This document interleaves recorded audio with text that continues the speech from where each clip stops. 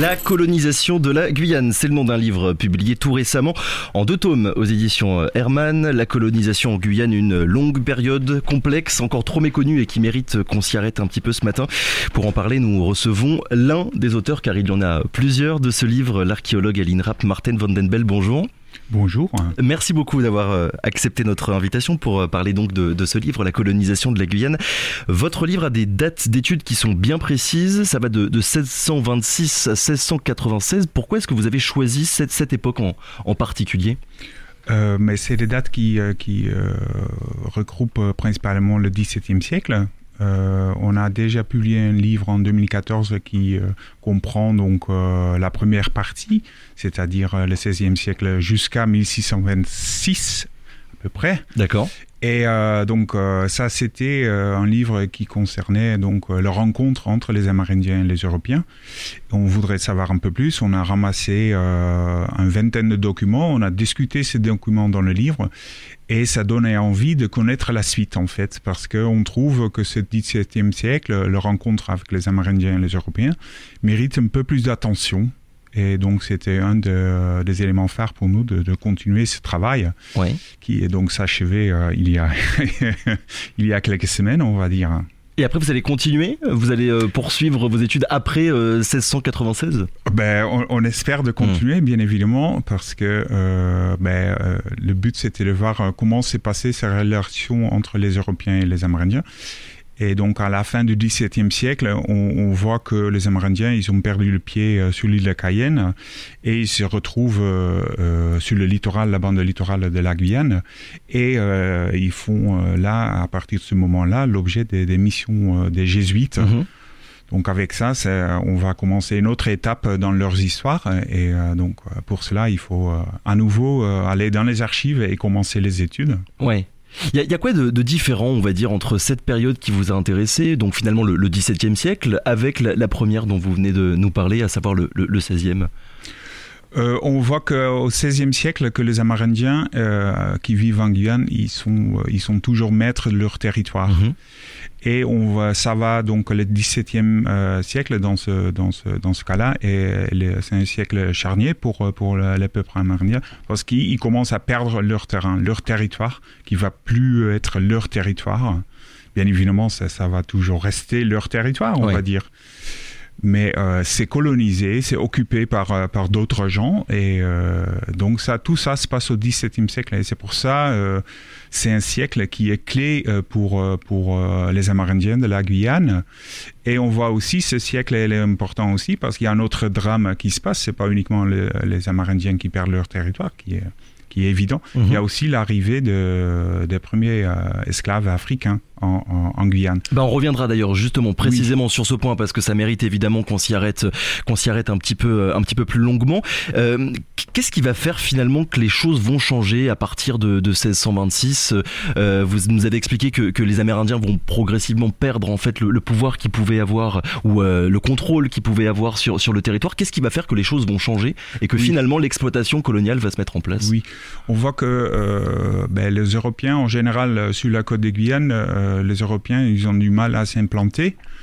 C'est un peu différent au Brésil, aux Antilles, différent aussi. Et donc, c'est un peu plus tard. On est un peu plus tard ici. La colonisation en Guyane commence après celle qu'on observe aux Antilles et dans le nord-est du Brésil. Si on va voir les dates et les actions des Européens, la Guyane, elle est officiellement française à partir de 1676. Donc, avant ça, c'est une période assez trouble, obscure aussi, souvent.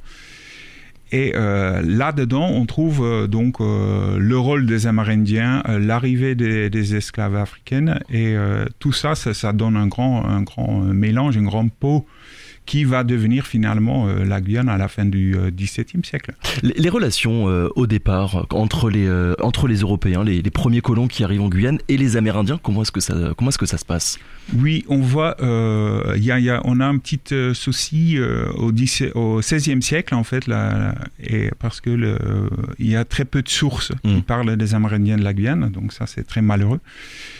Et, pourquoi? Pour quelle raison? Il y avait personne qui a écrit quelque chose, donc il faut se... C'est-à-dire que les colons qui arrivaient n'écrivaient pas nécessairement sur les populations qui étaient déjà pas présentes? Forcément, on les a pas encore trouvées. Il y a aussi beaucoup d'archives qui sont détruites.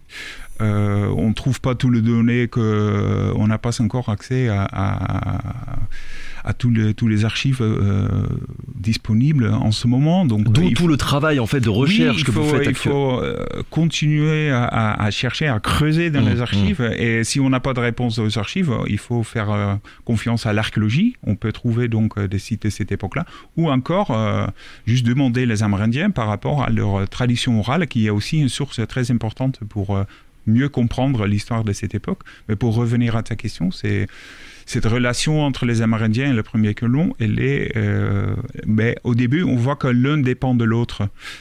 Malgré la méconnaissance de ce 16e siècle, on voit que les Amérindiens, au début, ils ont besoin de cette relation avec les Européens, justement pour les échanges. Ils sont très curieux, ils demandent des objets en fer, ils veulent des petites perles, des miroirs.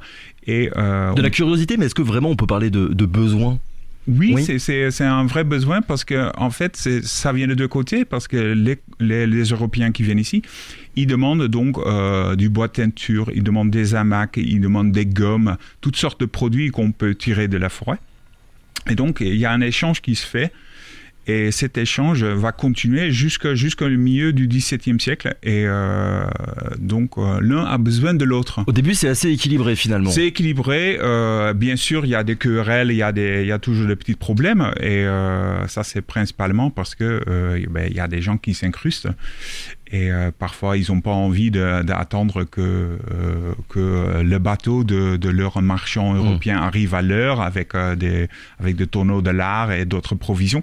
Donc parfois, ils pillent effectivement les abattis des Amérindiens. Soit ils piquent une femme. Hein, il faut imaginer, ce monde d'Européens, on n'a pas trop donné sur les femmes de cette époque. Il y a certainement eu des femmes qui sont présentes pendant cette période.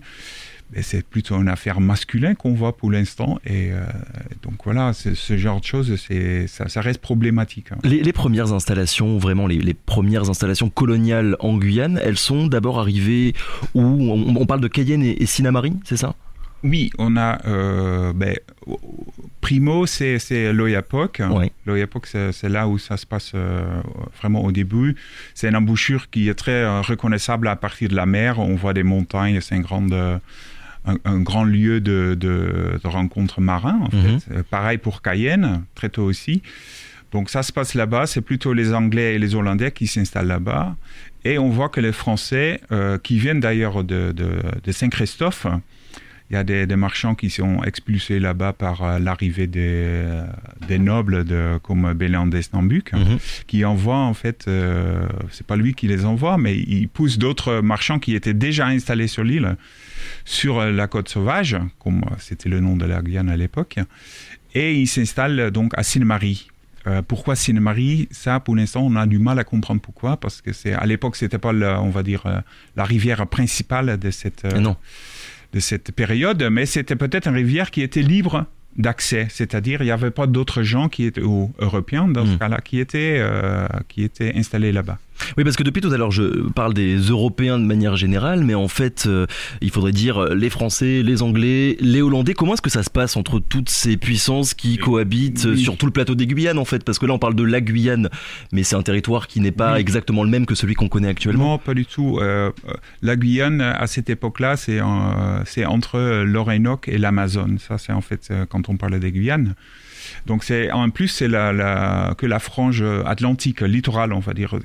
Qu'est-ce qui se passe à l'intérieur? On a vraiment aucune idée. Il y a très peu de voyageurs et à peine l'archéologie peut nous renseigner là-dessus. Mais quand on parle de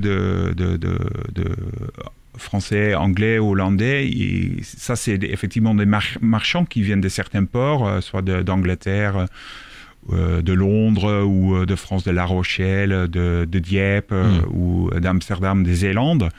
Mais même ces équipages, c'était pas des équipages, c'était déjà international à l'époque. Même dans l'équipage, il y avait dans un équipage hollandais, il y avait aussi des Français, il y avait des Allemands, il y avait des Anglais, il y avait de tout.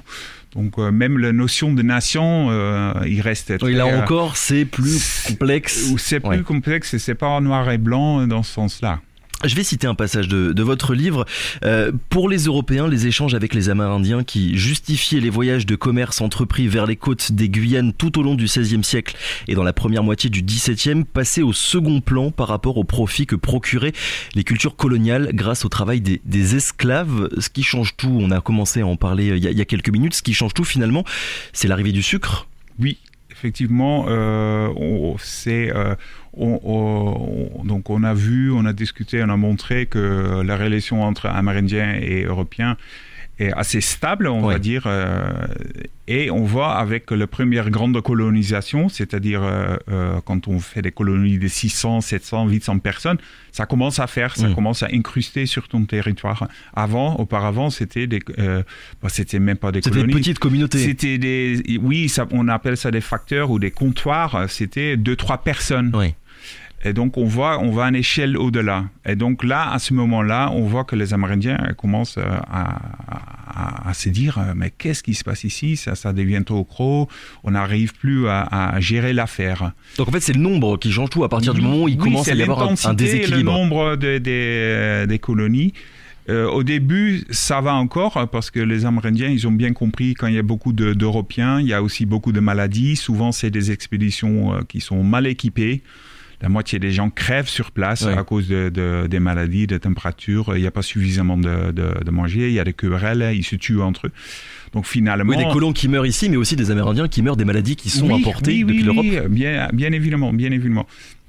Par contre, à travers le document, on voit, c'est pas très noté dans le document. D'accord. On voit ça pas tout de suite à travers le document. On trouve quelques bribes là-dessus, mais c'est pas dominant dans le document.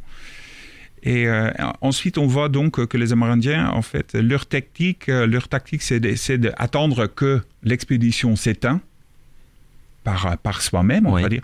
Et s'il faut encore donner un dernier coup de boutou, on fait ça. Donc, c'est souvent une expédition, par exemple, de Bretigny, de Roiville. Ils sont finis dans une soirée, finalement, par les Amérindiens, qui se mettent tous ensemble et ils finissent les dernières personnes qui sont là. Donc ça c'est au début quand ils sont peu nombreux. Quand ils sont peu nombreux. Et puis les choses vont finalement Et ça va finir quand, à un moment donné, il y a la Guyane va se lancer aussi dans le sucre. Et ça, c'est plutôt par le biais des Hollandais. Les Français, ils ont bien voulu installer le sucre, comme ils ont voulu aux îles, avec les gouverneurs de Poissy, Well, du Parquet qui étaient là-bas. Et donc, les Français voulaient tenter ça aussi, mais ils n'ont pas vraiment réussi. Et en 1654, la Guyane était abandonnée par les derniers Français qui étaient partis aux Antilles. Et c'est en fait, suite à la perte du Brésil, que les Hollandais s'installent à Cayenne. Ils prennent place à Cayenne, dans l'anse de Rémire, à Matoury, et il y avait déjà un groupe installé aussi sur la Prouague. D'accord. Et c'est eux, comme ils avaient l'habitude, on va dire, de produire du sucre au Brésil à l'aide de la main-d'œuvre africaine, s'ils amènent tous ces systèmes-là, ils implantent ça en Guyane. Et donc, comme ça, on a pu retrouver le premier acte notaire chez un notaire à Amsterdam pour la vente de 110 esclaves pour l'île de Cayenne. Donc, c'est vraiment... on va dire sur papier, on voit l'arrivée des premiers esclaves de la Guyane en fait. Et c'est eux aussi qui sont au berceau de la population créole d'aujourd'hui et aussi de la langue créole. Justement, votre livre, est-ce qu'il a aussi pour but de documenter plus précisément cette époque qui est parfois méconnue ? C'est quoi d'ailleurs votre regard sur la manière avec laquelle aujourd'hui, à la fois la population locale et l'État français regardent ou au contraire n'essayent pas vraiment de regarder cette période ? Est-ce que le travail de mémoire, il est suffisamment fait ? Mais personnellement, je pense pas. Donc, Pour moi, je pense que le XVIIe siècle mérite beaucoup plus d'attention qu'aujourd'hui. Quand on regarde au niveau scientifique, il y a un poignet d'œuvres, de travail universitaires qui sont faites sur cette période. C'est pas énorme par rapport à, une fois de plus, par exemple, aux Antilles. Il y a beaucoup plus de travail qui a été fait sur cette période-là. Sur les débuts de la colonisation et les débuts de l'esclavage. De l'esclavage aussi. On voit, ça c'est à mon avis personnel, bien évidemment, que ici, l'historiographie de la Guyane, elle commence souvent au milieu du 19e siècle. C'est une période qui est préférée. D'accord. Pour certaines raisons. Pour quelles raisons ? Je pense que, personnellement, la population de la Guyane est très jeune, très récente. En 1850, il y a à peu près 20 000 Guyanais qui sont... on a aboli l'esclavage, on s'installe. Il y a peut-être le bain qui est arrivé, il y a l'or qui va arriver. C'est à partir de ce moment-là qu'on voit que la Guyane va se développer d'une certaine manière, dans certaines directions. Et donc, c'est aussi, avec plus tard le département qui va s'installer, c'est une période qui est aussi, bien évidemment, très clé pour la Guyane. Et on voit qu'aujourd'hui, comme c'est une période qui est aussi fait partie de la mémoire, qui reçoit beaucoup plus d'attention scientifique à partir pour l'histoire que cette période ancienne, et qu'en général on va dire mais c'est pas tellement intéressant, c'est vieux, c'est poussiéreux. Qu'on met un petit peu de côté et qu'on regarde peut-être pas nécessairement assez. On met un peu à l'écart, effectivement, je trouve. Une période clé et qui pourtant est déterminante dans l'histoire de la Guyane, on l'aura bien compris. Merci beaucoup Martin Van den Belt d'avoir été avec nous ce matin pour revenir sur ce livre, La colonisation de la Guyane, qui est disponible d'ailleurs dans toutes les librairies, à la Casa Bulle. Merci beaucoup, bonne journée. Radio Pays.